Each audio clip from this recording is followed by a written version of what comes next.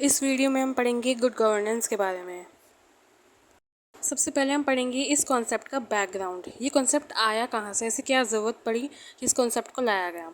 तो जो टर्म है गुड गवर्नेंस, ये सबसे पहले इस्तेमाल करी गई थी फ्रांस जो देश है उसके द्वारा इन 14th सेंचुरी। फ्रांस में इसका इन्वेंशन हम कह सकते हैं हुआ था 14th सेंचुरी के अंदर, जहाँ पे गुड गवर्नेंस का मतलब कहा गया था seat of government.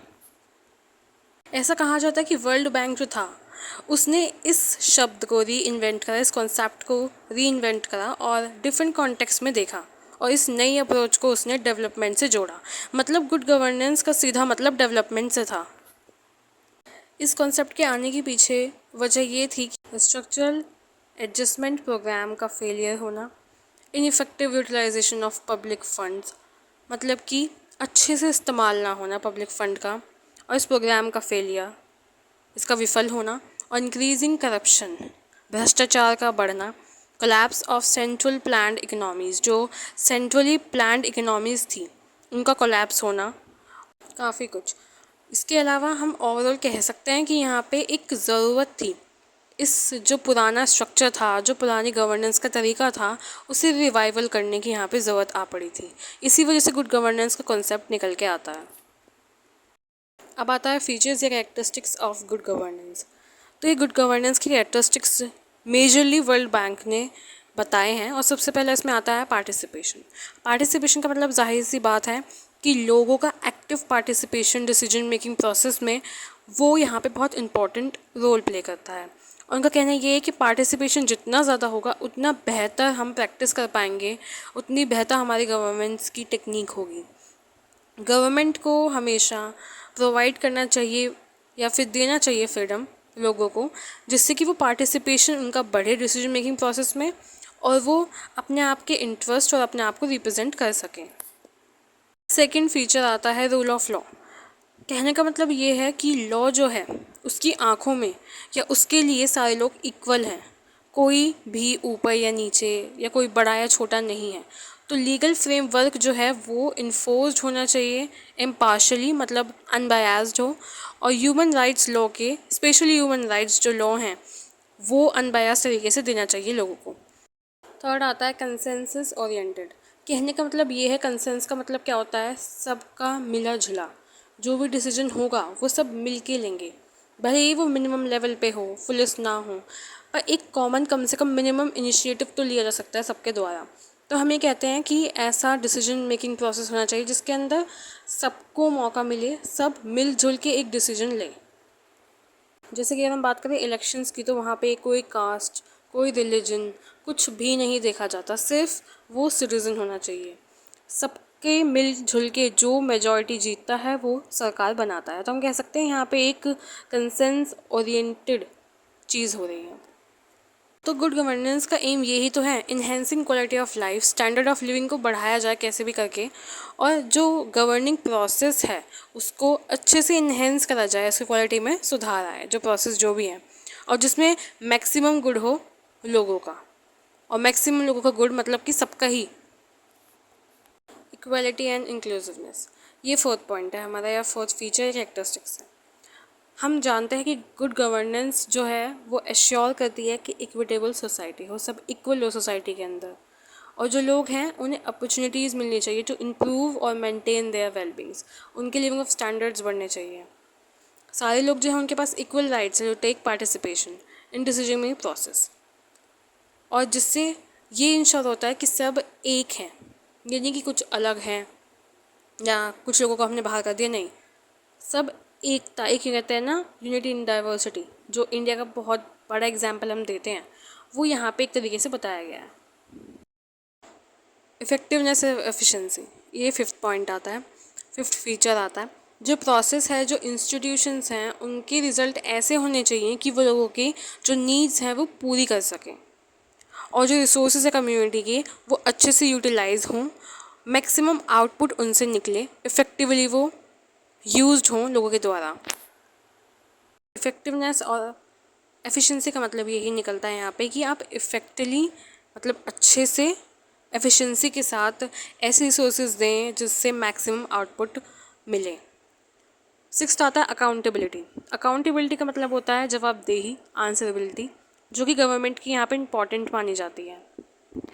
Good governance का एम यही होता है कि बेटरमेंट ऑफ पीपल के लिए वो काम करें, और जब वो लोगों के लिए बेटरमेंट का काम कर रही है तो जाहिर सी बात है ये बिना अकाउंटेबल हुए नहीं कर सकती गवर्नमेंट।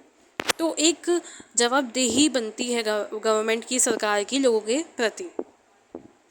और हम यहाँ पे सिर्फ गवर्नमेंट की अकाउंटेबिलिटी की बात नहीं कर रहे, बल्कि गवर्नमेंटल इंस्टीट्यूशंस के साथ साथ private sectors, civil society organization की भी बात कर रहे हैं, क्योंकि वो भी तो लोगों के लिए काम कर रही है। तो एक तरीके से उनकी भी तो आंसरेबिलिटी या अकाउंटेबिलिटी बनती है। सेवेंथ कैरेक्टरिस्टिक्स या फीचर आता है ट्रांसपेरेंसी, मतलब पारदर्शिता। जो इन्फॉर्मेशन है वो प्रोवाइड होनी चाहिए लोगों को, और वो इन्फॉर्मेशन क्या मतलब जो काम कर रही है सरकार, वो सब कुछ, सारा डाटा, सारी इन्फॉर्मेशन जो है लोगों को मिलनी चाहिए, वो उसके एक्सेसिबल हो, शुड बी अंडरस्टैंडेबल एंड मॉनिटराइड। और उनकी जो इन्फॉर्मेशन मिल भी रही है, ज़रूरी नहीं कि वो सही मिल रही हो, लिखा कुछ और है कुछ और, ऐसा भी हो सकता है। तो वो एक तरीके से सही हो और उसका मॉनिटराइजेशन होना चाहिए, मतलब वो मॉनिटर होनी चाहिए। और इसका एक मतलब ये भी निकलता है कि फ्री मीडिया होनी चाहिए और फ्री एक्सेस ऑफ इंफॉर्मेशन लोगों को होना चाहिए। आखिरी फीचर रिस्पॉन्सिवनेस। रिस्पॉन्सिव मतलब आप रिस्पॉन्ड करें, तरीके से टाइम मिले प्रोसेसेस जो होते हैं और इंस्टीट्यूशंस जो हैं उनको सर्व करने के लिए। यहाँ पे हम कह सकते हैं आंसरेबिलिटी से मिलता जुलता है। तो ये थे 8 फीचर्स या कैरेक्टरिस्टिक्स गुड गवर्नेंस के। ये जो कैरेक्टरिस्टिक्स हैं, जो फीचर्स हैं, ये बहुत ज़्यादा इंपॉर्टेंट है। कहीं भी ये क्वेश्चन आएगा कि गुड गवर्नेंस क्या है, तो हम इन फीचर्स को ही डिस्क्राइब करेंगे। नेक्स्ट आता है significance of good governance. Good governance की इंपॉर्टेंस क्या है, वो है क्यों। तो जाहिर सी बात है जो फीचर्स है वो ही आपके सिग्निफिकेंस के पॉइंट्स बन जाएंगे, क्योंकि इससे क्या होगा, सबसे पहला पॉइंट है improving people's standard of living. जब सरकार अच्छे से काम करेगी लोगों के लिए तो जाहिर सी बात है उनके स्टैंडर्ड ऑफ लिविंग तो बढ़ेंगे ही, इनहेंस होंगे, इम्प्रूव होंगे। Enhancing effectiveness and efficiency of administration, जो मैंने अभी पॉइंट्स में बताया फीचर्स में, कि इससे क्या होगा, इफेक्टिव और एफिशिएंसी एडमिनिस्ट्रेशन में बढ़ेगी, इन्हेंस होगी। तीसरा पॉइंट इस्टेब्लिशिंग लीगल फ्रेमवर्क, जब आप अच्छे से काम करेंगे लीगल तरीके से तो जाहिर सी बात है वो इस्टेब्लिश हो गई। Securing freedom of information and expression, जैसे कि मैंने बोला ट्रांसपेरेंसी होगी, आंसरेबिलिटी होगी, अकाउंटेबिलिटी होगी, तो जाहिर सी बात है आप एक तरीके से फ्रीडम ही तो दे रहे हैं इन्फॉर्मेशन और एक्सप्रेशन की। इन्हेंसिंग प्रोडक्टिविटी ऑफ रिसोर्सेज, मैंने अभी बताया फीचर्स में कि जब आप रिसोर्सेज को अच्छे से इफ़ेक्टिवली दे रहे हैं, एफिशिएंसी बढ़ रही है, उससे इफेक्टिवनेस बढ़ रही है, तो आप इन्हेंस कर रहे हैं प्रोडक्टिविटी ऑफ रिसोर्सेज को, और मैक्सिमम आउटपुट उन रिसोर्सेज से अगर मिल रहा है लोगों को तो ये एक फ़ायदेमंद।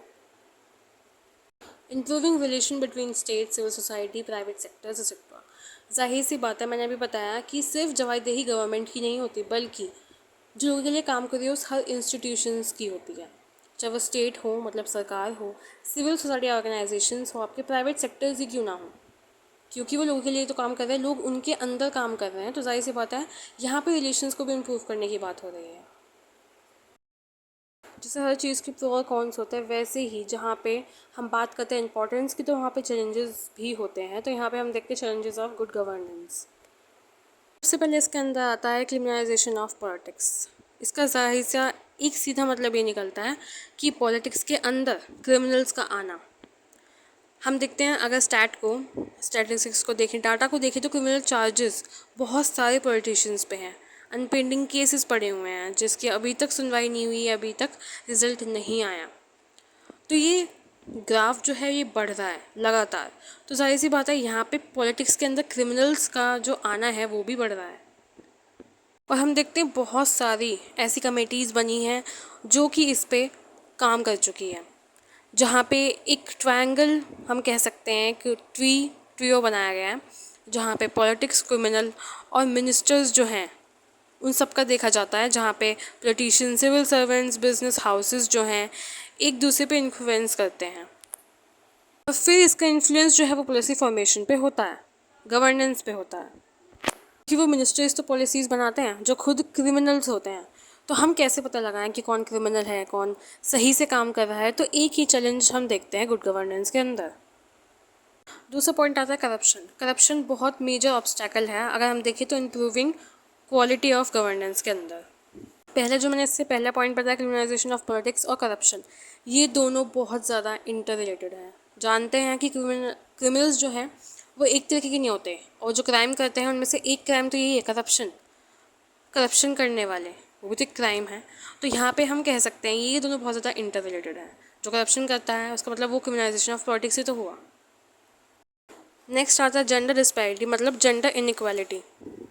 ये भी एक चैलेंज। जैसे हम फॉर एग्जांपल विलेज की बात करें तो वहाँ पे जो सरपंच होता है विलेज पंचायत का, वो कहने को तो महिला होती है, लेकिन जो उनके हस्बैंड होते हैं सारे काम वो सरपंच के वो ही करते हैं। लेकिन कहने को इलेक्शन कौन लड़ा? वुमेन लड़ी, लेकिन वो अपनी ही वाइफ का नाम लिखवा देते हैं और वो जीत भी जाती है और काम उनके हस्बैंड करते हैं। तो एक तरीके से ये जेंडर डिस्पैरिटी का ही एग्जाम्पल हुआ कि आप वुमेन को इंसेंटिव्स तो दे रहे हैं और वो खड़ी भी हो रही है, वो जीत भी रही है, लेकिन फिर भी वो काम नहीं कर रही। क्यों? क्योंकि यहाँ पे एक जेंडर डिस्पैरिटी आ गई है, इनइक्वालिटी आ गई है कि औरत क्या काम करेगी तो उनके हस्बैंड सारे काम करते। एक तरीके से इनकी मेंटालिटी ये होती है। तो ये चैलेंज हो सकता है या है भी गुड गवर्नेंस के लिए। वैसे 50% ऑफ पॉपुलेशन वुमेन्स हैं, लड़कियां हैं, औरतें हैं, लेकिन ये कहना अनफेयर हो सकता है कि अब भी उन्हें अच्छे से एक्यूरेटली रिप्रेजेंट नहीं किया जाता।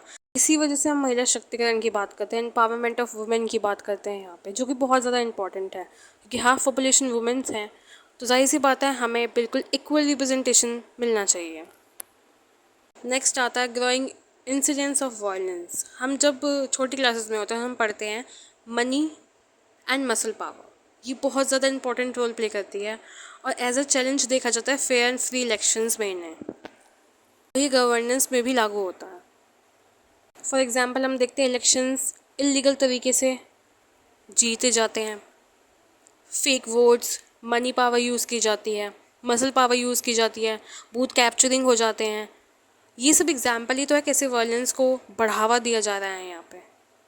तो ये एक चैलेंज है गुड गवर्नेंस के लिए। नेक्स्ट आता है डिले इन जस्टिस। हम जानते हैं जस्टिस मिलता है, लेकिन वहाँ पे कॉस्ट और बहुत ज़्यादा टाइम लगता है। हम कह सकते हैं प्रोसीजर ओवरऑल बहुत ज़्यादा डिफ़िकल्ट है, टाइम कंज्यूमिंग है, as well as cost consuming है।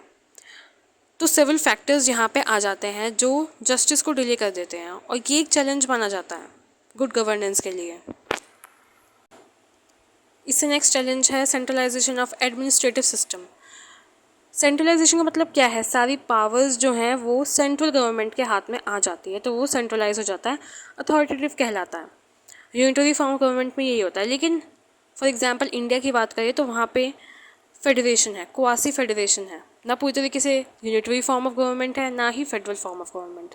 हम कह सकते हैं यहाँ पे क्वासी फॉर्म ऑफ फेडरलिज्म है, लेकिन यहाँ पे भी कुछ कमियाँ रह जाती है। फॉर एग्जांपल अगर हम बात करें तो 3 लेवल की यहाँ पे गवर्नमेंट है, लोकल लेवल, फिर आता है स्टेट गवर्नमेंट और फिर सेंट्रल लेवल की गवर्नमेंट जो यूनियन गवर्नमेंट कहलाती है। कभी कभी हम देखते हैं कि लोअर लेवल की जो गवर्नमेंट है उसके पास इतने फंक्शंस वो अच्छे से मतलब काम नहीं कर पाती क्योंकि वो इतनी एम्पावर्ड नहीं, उसके पास इतनी पावर्स ही नहीं है।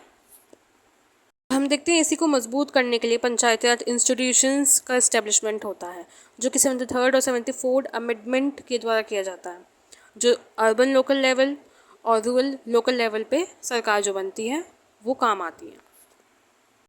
अब हमारे इस वीडियो का लास्ट टॉपिक है इनिशिएटिव फॉर गुड गवर्नेंस। आखिर सरकार ने, स्टेट ने क्या कदम उठाए हैं, क्या इनिशिएटिव्स लिए हैं फॉर गुड गवर्नेंस। तो इसमें सबसे पहला आता है राइट टू इन्फॉर्मेशन, RTI। जो RTI एक्ट है 2005 का, वो 2005 में आया था और सिग्निफिकेंट शिफ्ट हुआ इसमें इंडियन डेमोक्रेसी के लिए, क्योंकि यहाँ पे ग्रेटर एक्सेस होता है सिटीजन्स को इन्फॉर्मेशन का। हम देखते हैं यहाँ पे ज़्यादा अकाउंटेबिलिटी बढ़ती है, ज़्यादा ओपननेस, ट्रांसपेरेंसी एडमिनिस्ट्रेशन में हम देखते हैं और ये इसको प्रमोट करता है। सेकेंड आता है ई गवर्नेंस, डिजिटल गवर्नेंस का ज़माना, डिजिटल एरा जो चल रहा है उसके लिए गवर्नमेंट ने एक नया इनिशिएटिव लिया जिसे हम कहते हैं ई गवर्नेंस। ई गवर्नेंस जो है मेक श्योर करता है जहाँ पे सारी गवर्नमेंट सर्विसेज अवेलेबल होती हैं ऑनलाइन और जहाँ पे लोग आराम से देख सकते हैं। नेक्स्ट आता है डिसेंट्रलाइजेशन, जो मैंने अभी पहले बात करी, 73rd और 74th अमेंडमेंट के द्वारा हम डिसेंट्रलाइजेशन को एक एग्जाम्पल के तौर पे देखते हैं। जैसे हम अभी मैंने बोला कि रूरल और अर्बन लोकल बॉडीज़ इससे इस्टेब्लिश हुई, जो 1991 में जो एक्ट आया था उससे। तो इससे एक हमें गुड गवर्नेंस के आगे जाने के लिए मौका मिलता है। और लास्ट आता है ई गवर्नेंस इंडेक्स। ये जो लॉन्च करा था गवर्नमेंट ने, करा था 25 दिसंबर 2019 में, जो कि गुड गवर्नेंस डे के नाम से भी जाना जाता है। 25 दिसंबर को उस दिन इसे लॉन्च करा गया। तो ये एक यूनिफॉर्म टूल है across states to access status of governance, कि वहाँ पे कितने लेवल तक कितना काम हो रहा है, and impact of various interventions taken under by state government and duties. तो कहने का मतलब ये है कि ये इनिशिएटिव्स लिए गए हैं गवर्नमेंट के द्वारा फॉर गुड गवर्नेंस। तो यहाँ तक था गुड गवर्नेंस का वीडियो। अगर आपको पसंद आया तो प्लीज़ चैनल को सब्सक्राइब करें